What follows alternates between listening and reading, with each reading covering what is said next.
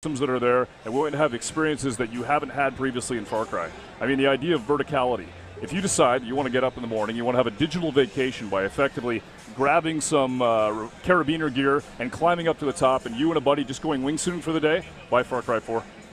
Awesome. So you said you and your buddy. Let's talk co-op. All right, let's do it. You guys dropped a bit of a co-op bombshell in the Sony press conference. Yes, we did. You're like, hey, you know, you've got one copy of Far Cry 4, your buddy doesn't, he can still play. Yeah. How does that work? Tell me more. The way we built it was we wanted to make sure that we protect the autonomy of the single-player experience. So if you're a single-player person and you just want to be able to do that and have fun, you can do that.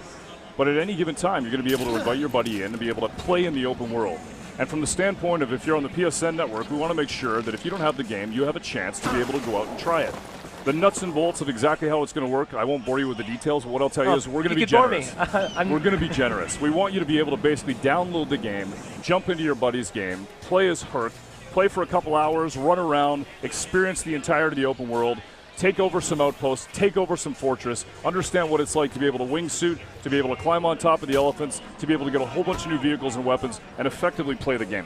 So you're going to get like a big taste. You're going to get and a big taste. the idea is that you get hooked after that big taste. You're going to get a very large and then you go buy the game. Okay, absolutely. cool. But so the co-op in general, though, so let's pretend we've both bought the game, we're playing it. Yeah. Is it the whole world of Far Cry 4? From the standpoint of co-op? Yeah. Yeah, absolutely. What we wanted to be able to do is say, look, if you love the single-player experience, and if you wanted to go and take over that outpost or climb that tower or go climb that mountain, if you're playing in co-op, you're going to want to be able to do that too.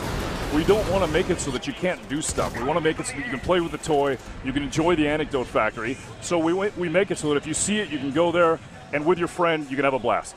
Amazing. So you mentioned the verticality, you mentioned the mountains that you can scale and wingsuit off. But I understand there's also like a variety of environments. So we've got like, is there jungle as well? Like, is it descend? So that was the thing, as we grow from sort of Far Cry 3, we want to make sure that you're able to see different experiences, you're able to see snow, you're going to be able to climb up and where it's super cold, you're going to be able to fly around and understand that you're in different biomes, you're going to meet different cultures.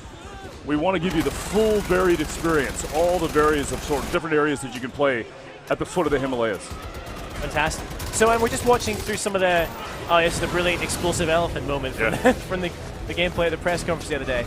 So you've got fortresses, right? These are outposts, right? So is that same mechanic back? There's going to be outposts around the map that you can... Yeah, but these fortresses are outposts on steroids. Okay. Okay, so if you know an outpost from Far Cry 3, you know how it works. You kind of walk up to it, you understand that you got a 360-degree approach, you know how you want to attack it. These are a little bit different. One, they're bigger. They're stocked. Maybe there's elephants inside it. You don't know. They've got huge walls on them. You know that they're going to be tough to get into. Some of them are manned by mortars, and if you get too close, you're going to get pounded. So it's super important that you figure out that way, that 360-degree approach, and maybe call a buddy. You heard AJ say that. Herc, buddy, I'm going to need some help. Jump in and help me out here. And they're able to attack it by flying it over top. One person maybe is on an elephant. Another person's flying in on a wingsuit. Maybe they're in a gyrocopter. I mean, it's about choice. Okay, fantastic. Well, speaking a bit about the wildlife, you'd be able to ride elephants, you said. Like, so you can climb on the back of an elephant. Absolutely. And ride it into battle. Absolutely. If we do one thing right, we want to be able to weaponize an animal and have it be a living tank that is a very specific key to a very tough lock. That elephant is going to be absolutely badass. What about that poor elephant when he dies, though? Like, how do you not die in that exploding car? It's pretty tough. I'm no expert on elephants, but those things are tough. Yeah? When you're on top of them and you got a bunch of Jeeps coming at you with a 50 cal, the best weapon in the game, in my opinion, is the elephant. Did you go elephant riding in real life to try to, what we get did, an essence of that? We did one better. What we did is we knew that we had to create a compelling universe to make sure that we understood what it was like.